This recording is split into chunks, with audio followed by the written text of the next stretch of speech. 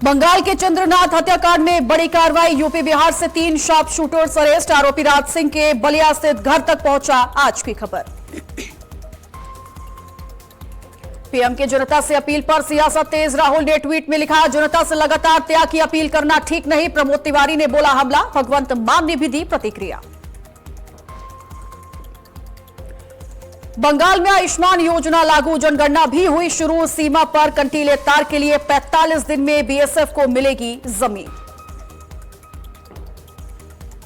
प्रधानमंत्री मोदी ने सोमनाथ अमृत महोत्सव में लिया हिस्सा। 11 पवित्र तीर्थ स्थलों के जल से विशेष कुंभाभिषेक। सीएम योगी ने भी काशी में किया जलाभिषेक।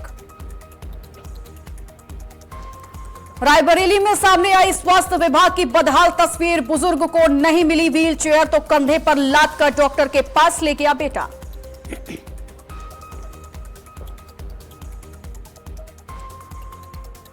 नमस्कार, स्वागत है आपका आज की खबर में। आपके साथ मैं हूं चित्रा सिंह और आप देख रहे हैं हमारा खास बुलेटिन। साथ ही अब आप जुड़ सकते हैं मेरे साथ भी मेरे सोशल मीडिया प्लेटफॉर्म से, नीचे दिए गए सोशल मीडिया हैंडल के जरिए। तो देखिए, शुभेंदु अधिकारी के करीबी चंद्रनाथ रथ हत्याकांड में 3 शार्प शूटर्स को गिरफ्तार किया गया। जानकारी के मुताबिक विशाल श्रीवास्तव को पूछताछ के बाद छोड़ दिया गया, जबकि मयंक मिश्रा और विक्की मौर्य को कोलकाता पुलिस बक्सर से लेकर गई थी। इनके अलावा राज सिंह की अयोध्या से गिरफ्तारी हुई थी और गिरफ्तारी के बाद तीनों को कोलकाता लाकर भवानी भवन में रात भर पूछताछ की गई। आज तीनों की 12/7 अदालत में पेशी भी है। जांचकर्ताओं को यह पता चला कि आरोपियों ने बाली टोल प्लाजा पर यूपीआई के जरिए भुगतान किया था, जिसके डिजिटल ट्रांजैक्शन के आधार पर पुलिस उत्तर प्रदेश तक पहुंच गई। इस हत्या के बाद आरोपी दूसरे राज्यों में छिप गए थे। पुलिस अब यह पता लगाने में जुटी है कि इन शार्प शूटर्स को सुपारी किसने दी थी। मामले की जांच के लिए एसआईटी गठित की गई है और पुलिस सूत्रों के मुताबिक जिस गाड़ी ने चंद्रनाथ रथ की गाड़ी को रोककर वारदात को अंजाम दिया, वो घटना वाले दिन वाली टोल प्लाजा पार कर मध्यम ग्राम में दाखिल हुई थी और उसका टोल यूपीआई से कटा था। जांच में यह भी पता चला कि गाड़ी झारखंड की थी। पुलिस उस बैंक खाते के मालिक की तलाश कर रही है जिससे टोल का भुगतान किया गया था। साथ ही हत्या से 1 घंटे पहले और बाद में इलाके में हुए फोन कॉल्स की भी जांच की जा रही है। पुलिस का अनुमान है कि इस हत्या की साजिश करीब 1.5 महीने पहले रची गई थी और इस दौरान चंद्रनाथ रथ का किसी से विवाद हुआ था या नहीं, इसकी भी जांच लगातार की जा रही है। तो 3 शार्प शूटर्स की गिरफ्तारी हो चुकी है, लेकिन इसके बाद भी अभी ऐसे कई सवाल हैं जिनके जवाब मिलना अभी बाकी है और इसी लिहाज से लगातार यूपी बिहार कनेक्शन में खंगालने में पुलिस लगातार जुटी हुई है और 1 को यूपी से और 2 को बिहार से शूटर्स को गिरफ्तार किया गया और चंद्रनाथ रथ हत्याकांड में यह बड़ी कार्रवाई की गई है। तो बड़ी तस्वीर, बड़ी जानकारी आपको बता रहे हैं, जहां इस पूरे मामले पर 3 शार्प शूटर्स की गिरफ्तारी अब देखिए हो चुकी है और यूपी बिहार कनेक्शन से इसकी साजिश बताई जा रही है और इसके तार कहां कहां तक जुड़े हैं यह भी पता लगाया जा रहा है।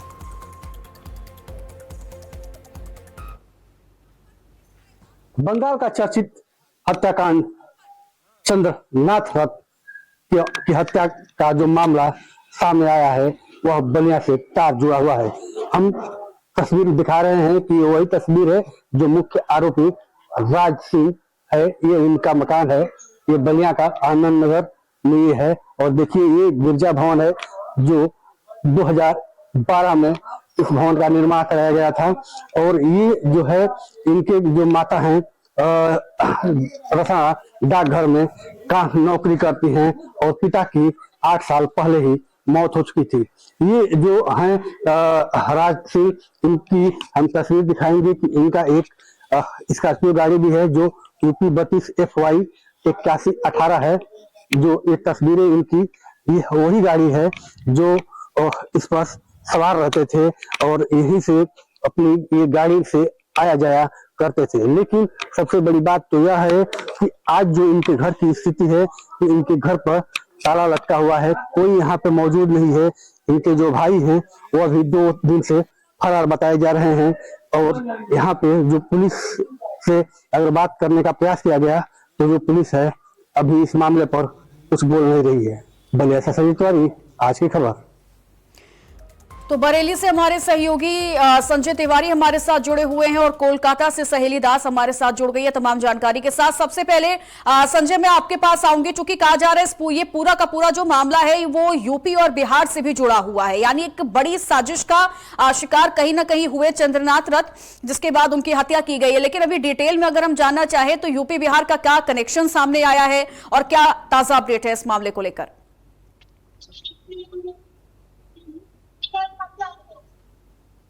संजय, आवाज आ रही है आपको मेरी?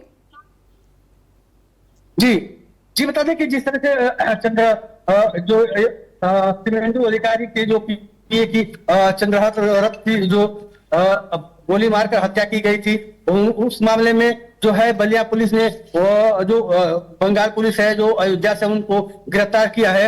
वही आज जो उनके घर पे आज जब गया जानकारी हुई कि आज ये बलिया के आनंद नगर के रहने वाले हैं। इनकी जब वहां पे गया मौके पर देखा गया तो ये जो है उनके घर पे ताला मिला है, यहाँ पे कोई घर पे नहीं है। बताया जा रहा है कि इनकी जो माँ है वो रसा जो है डाकघर में एक कर्मचारी है जो न्यू वहां पे काम करती हैं वो, और जो यहाँ पे जो स्थिति है कि घर पे कोई भी नहीं है, ताला लगा हुआ है। और जो बताया जा रहा है कि यहाँ पे अभी कोई नहीं है।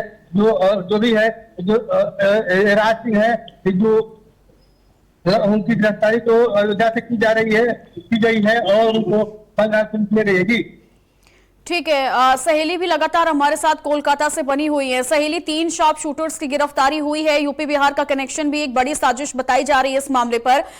लेकिन माफ कीजिएगा, अगर हम पूछे कि पूछताछ की भी शुरू की गई है शार्प शूटर्स से, तो क्या अभी तक कोई बात सामने आई है, कोई इनपुट सामने आया है कि आखिरकार किसके कहने पर इन लोगों ने चंद्रनाथ रथ की हत्या की थी? देखिए, पहले ही आपको बता दें कि कोई भी साजिश रचने के लिए कोई भी जो शूटर्स है, कोई भी जो ये कार्यक्रम घटाता है, वो किसी न किसी जगह पर कुछ ना कुछ को छूट ही जाता है उनके द्वारा। तो ऐसे ही यहाँ पर जो टोल प्लाजा है, निवेदिता टोल प्लाजा जो बाली में है, वो बाली टोल प्लाजा में वहां पर यूपीआई ट्रांजैक्शन किया गया था। मतलब जो डिजिटल लेन देन की प्रक्रिया है वो डिजिटली इस पूरे घटना में जो सूत्र के अनुसार यूपी तक राज्य की पुलिस पहुंच गए। वहां से 2 शार्प शूटर्स को और बॉक्सर से बिहार एक शूटर को पकड़ा गया है। अभी तक की हमारे पास जो जानकारी है, हाई कोर्ट में उनको बारासात कोर्ट में उनको पेश किया गया है और वहां पर लगातार जानकारी उनसे ली जा रही है, पूछताछ जारी है। कल भी रात को भवानी भवन में पूरी तरीके से उनसे पूछताछ की गई थी। पर देखिए, हमारे पास सबसे बड़ी खबर तो यही आ रही है कि पुलिस सूत्र के अनुसार हम लोगों के पास यही जानकारी है कि उनको 14 दिन के रिमांड में दिया जाएगा और ऐसे ही संभावना है कि कोर्ट उनको ये रिमांड दे भी दे, क्योंकि एक के बाद एक जो शुभेंदु अधिकारी जो अभी chief minister of West Bengal है, उनकी पीए की हत्या हो जाना एक बहुत ही आंधी की आने की तूफान आने की बहुत ही साजिश देता है। क्योंकि देखिए, इसके पहले चंद्रनाथ रथ जिनके पास सबसे ज्यादा शुभेंदु अधिकारी के अपडेट्स वहां हुआ करते थे, वो पर्सनल असिस्टेंट है, आफ्टर सहायक है, उनके बहुत ही करीबी है, उनके पास सबसे ज्यादा उनके डॉक्यूमेंट से रिलेटेड हो गया कि सबसे उनके सारे कार्यक्रम से रिलेटेड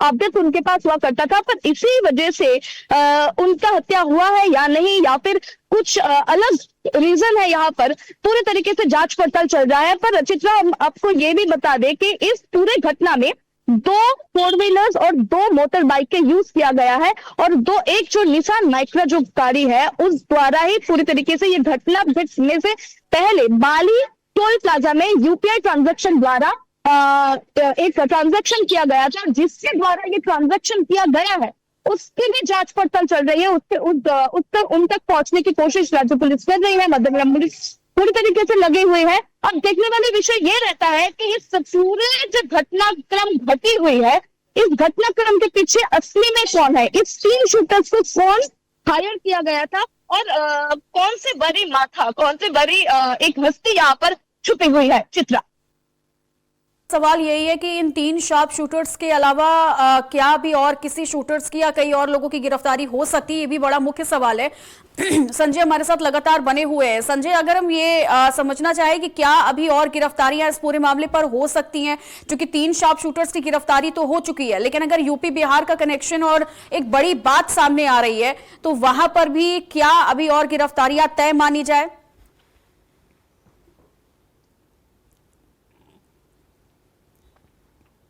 संजय, आवाज आ रही है आपको मेरी?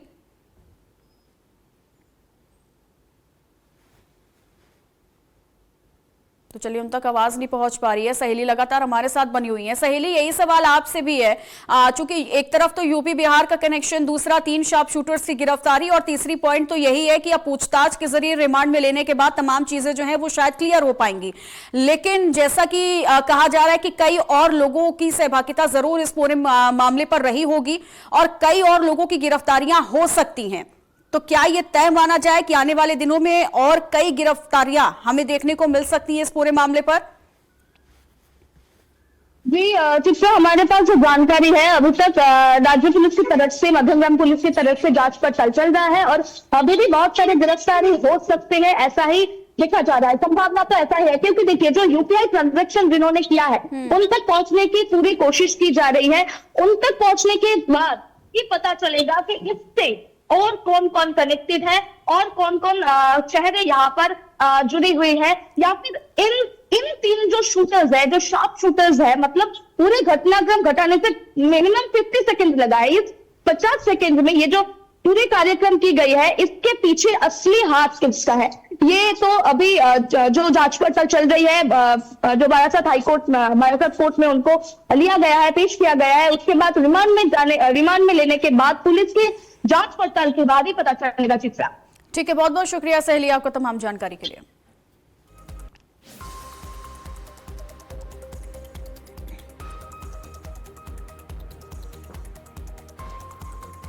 तो देश में देखिए, बढ़ती महंगाई और वैश्विक संकट के बीच प्रधानमंत्री नरेंद्र मोदी ने बड़ा संदेश दिया है। हैदराबाद में बीजेपी की रैली में पीएम मोदी ने पेट्रोल, डीजल और गैस की खपत कम करने की अपील की। उन्होंने कहा कि अमेरिका ईरान युद्ध के असर से दुनिया भर में ईंधन के दाम कई गुना बढ़ गए हैं और भारत पर इसका असर ज्यादा है। उन्होंने लोगों से वर्क फ्रॉम होम और मेट्रो जैसे विकल्प अपनाने की सलाह भी दी। तो वहीं पीएम मोदी ने अगले 1 साल तक सोना न खरीदने का संकल्प लेने की भी अपील की है, जिससे विदेशी मुद्रा की बचत हो सके।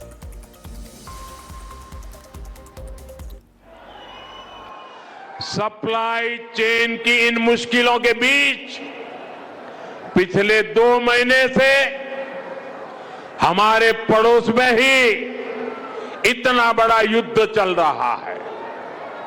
इसका असर पूरी दुनिया पर पड़ा है और भारत पर तो और भी गंभीर असर हुआ है।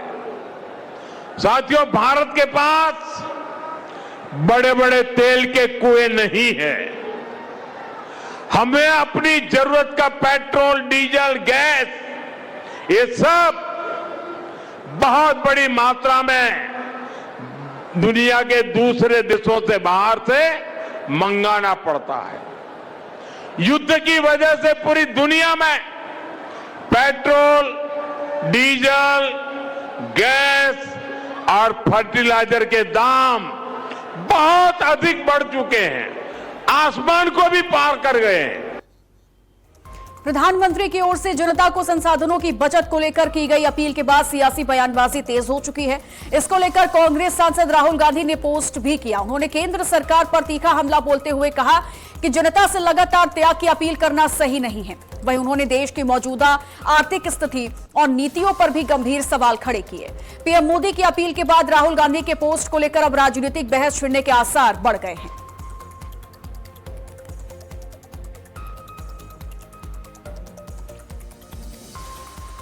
कांग्रेस के वरिष्ठ नेता और राज्यसभा सांसद प्रमोद तिवारी ने बीजेपी सरकार पर तीखा हमला बोला। आज की खबर से खास बातचीत में उन्होंने योगी सरकार के कामकाज पर सवाल खड़े किए।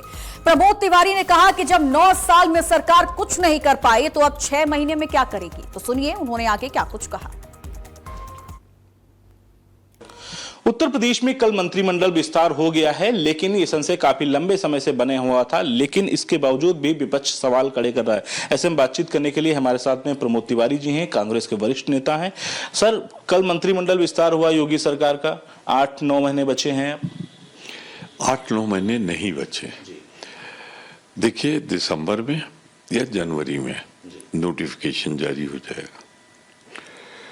जब नोटिफिकेशन जारी हो जाएगा, नीतिगत निर्णय नहीं हो पाएंगे, तो 5-6 महीने के लिए बनाया गया है। जात के हिसाब से बनाया गया, दिव्यांग जातियों पे कोई प्रभाव नहीं पर बनाया गया है।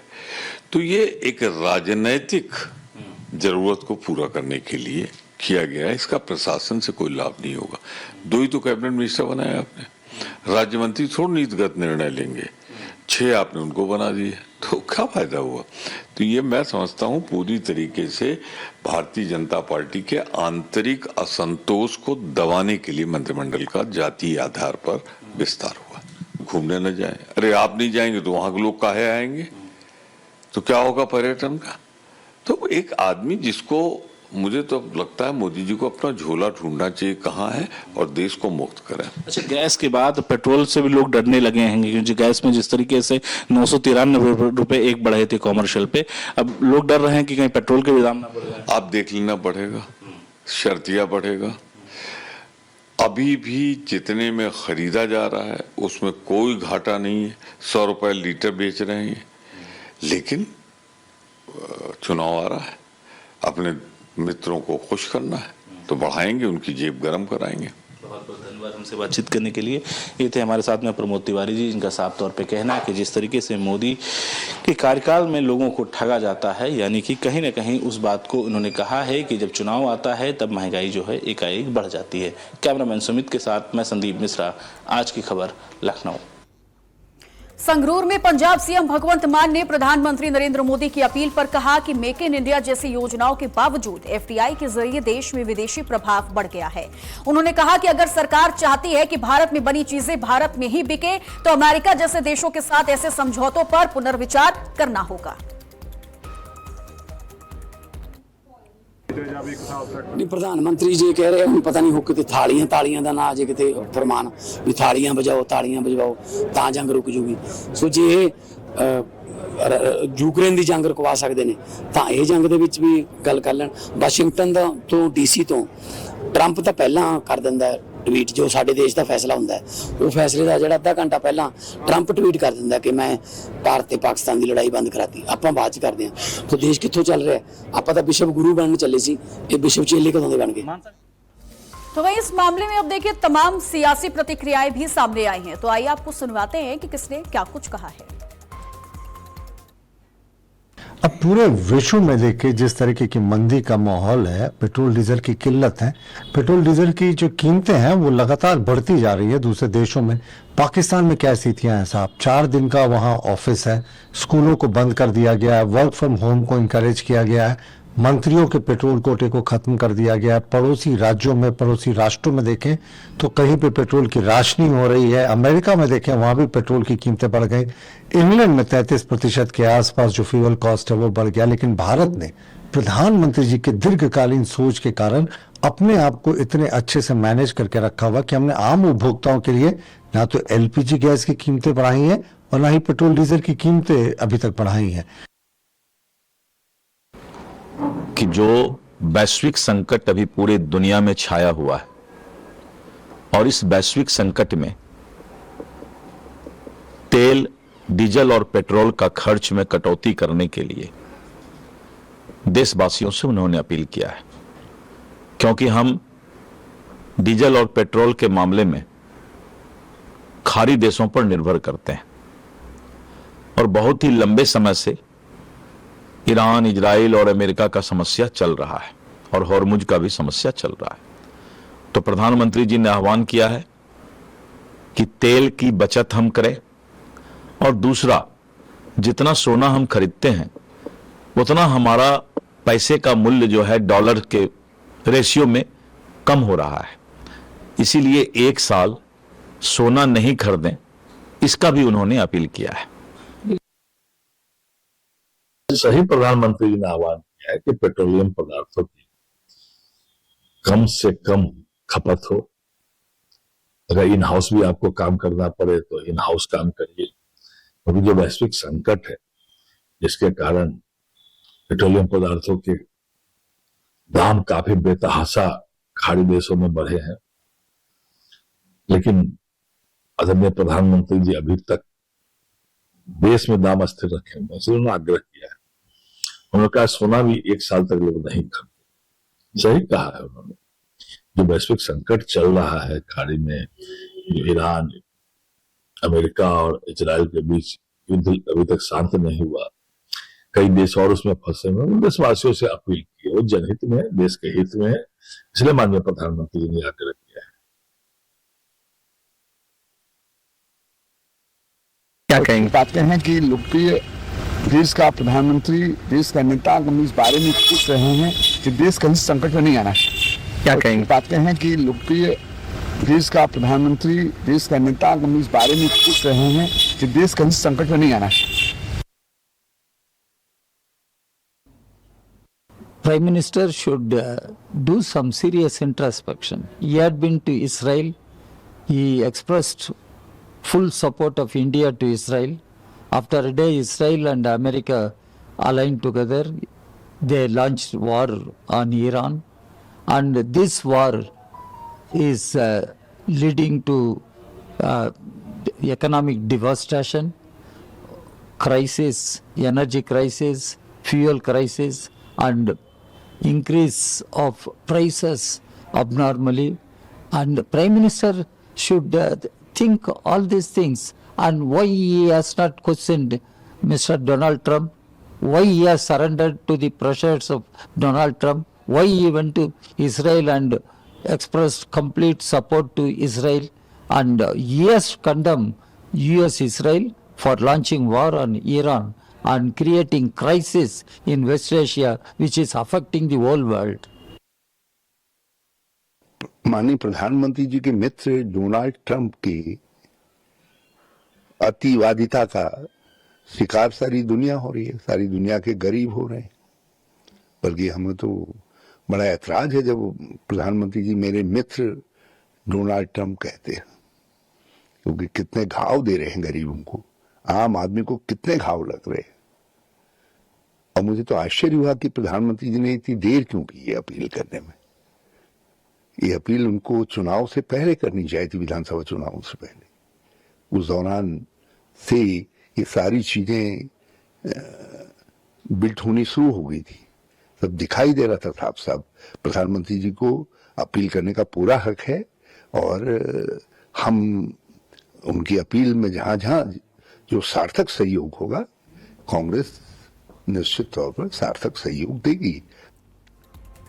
प्रधानमंत्री नरेंद्र मोदी ने गुजरात के सोमनाथ मंदिर में 75 साल पूरे होने के उपलक्ष्य में आयोजित सोमनाथ अमृत पर्व 2026 में हिस्सा लिया। सोमनाथ पहुंचने के बाद पीएम मोदी ने हेलीपैड से मंदिर तक 1 किलोमीटर लंबा रोड शो किया। इसके बाद पीएम ने शिव आराधना की और विशेष पूजा अर्चना में हिस्सा लिया। सोमनाथ मंदिर के पुनः निर्माण के 75 साल पूरे होने पर 11 तीर्थ स्थलों के जल से विशेष कुंभ अभिषेक किया गया। 5 फुट ऊंचे एक पात्र को क्रेन की सहायता से मंदिर के शिखर तक पहुंचाया गया और इस मौके को खास बनाने के लिए एयरफोर्स के विमानों ने शानदार हवाई करतब भी दिखाए।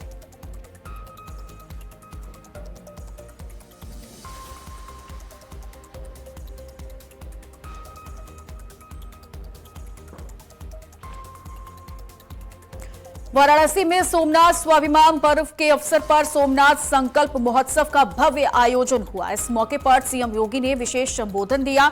सीएम योगी ने भारत की आध्यात्मिक और सांस्कृतिक विरासत का विस्तार में उल्लेख किया। उन्होंने कहा कि तमाम विदेशी आक्रांताओं ने सनातन संस्कृति को नष्ट करने की कोशिश की, लेकिन भारत की आत्मा को कभी तोड़ नहीं सके। सीएम ने काशी विश्वनाथ धाम और सोमनाथ मंदिर को भारत के स्वाभिमान का प्रतीक बताया और कहा कि जिन्होंने सनातन को मिटाने की कोशिश की वे इतिहास के पन्नों में मिट चुके हैं।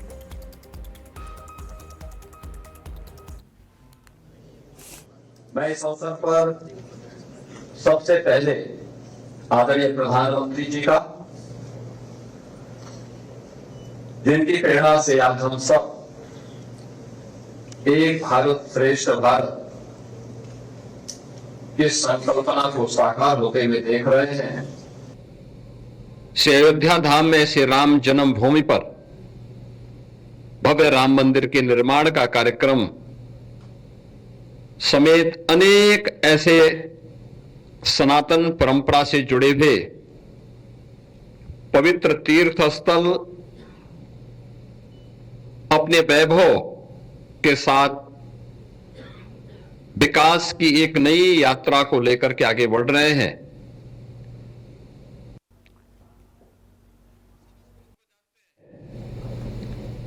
कि मोहम्मद घोरी से लेकर मुगलों तक कई विदेशी आतताइयों ने हमारी इन आध्यात्मिक और सांस्कृतिक पहचान को नष्ट करने का प्रयास किया।